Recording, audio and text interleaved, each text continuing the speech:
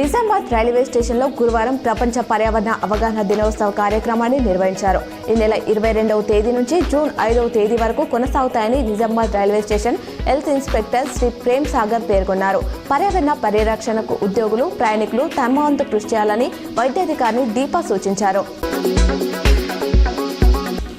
Armoor municipal పరిధిలోని Perkit GR గార్డెన్లో transport department మరియు Armoor mandal private schools association ఆధ్వర్యంలో పాఠశాలలు, కళాశాలల యాజమాన్యాలకు, డ్రైవర్లకు అవగాహన కార్యక్రమాన్ని నిర్వహించారు. ఈ సందర్భంగా Armoor MVI Vivekananda Reddy private school bus డ్రైవర్లకు ప్రొజెక్టర్ ద్వారా అవగాహన కల్పించారు.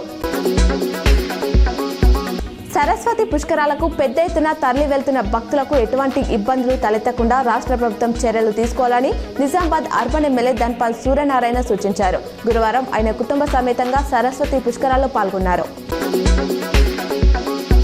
హైడ్రాలో బుల్డోజర్ డ్రైవర్ పోస్టుల భర్తీకి జారీ చేసిన నోటిఫికేషన్ రేవంత్ రెడ్డి విధ్వంస పాలనకు నాంది అని బీఆర్ఎస్ నిజామాబాద్ జిల్లా అధ్యక్షుడు ఆర్మూర్ మాజీ ఎమ్మెల్యే ఆశనగారి జీవన్ రెడ్డి ధ్వజమెత్తారు. 200 బుల్డోజర్ డ్రైవర్ పోస్టుల భర్తీకి 10,000 దరఖాస్తులు వచ్చాయన్నారు.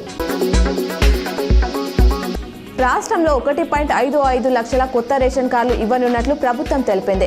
కార్డులు మంజూరైన వారికి ఈ నెల 25 నుంచి మొబైల్స్కు మెసేజ్లు వస్తాయని పేర్కొంది. కొత్త రేషన్ కార్డుదారులకు వచ్చే నెల నుంచి సన్నబియ్యం ఇస్తామని వెల్లడించింది. గ్రామ సభల ద్వారా ఎంపికైన వారికి కొత్త కార్డులు మంజూరు చేయనుంది.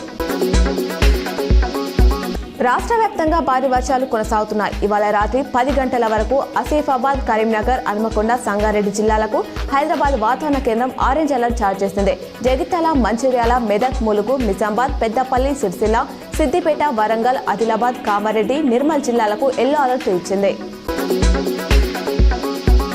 బీఆర్ఎస్ చీఫ్ కేసీఆర్ కు కవిత పేరుతో రాసిన లేఖ వైరల్ అవుతుంది. మై డియర్ డాడీ అంటూ పహల్గామ్ అమరులకు నివాళి, బీఆర్ఎస్ సభతో కేడర్ బలపడటం, పోలీసులకు వార్నింగ్ ఇవ్వడం వంటివి బాగున్నాయని పేర్కొన్నట్లు తెలుస్తోంది. ఎస్సీ వర్గీకరణ, వాకఫ్ బిల్లు వంటి అంశాలపై మౌనం, బీజేపీపై తక్కువగా మాట్లాడడం, ఉర్దూలో మాట్లాడకపోవడం ప్రతికూలంగా మారిందన్నారు.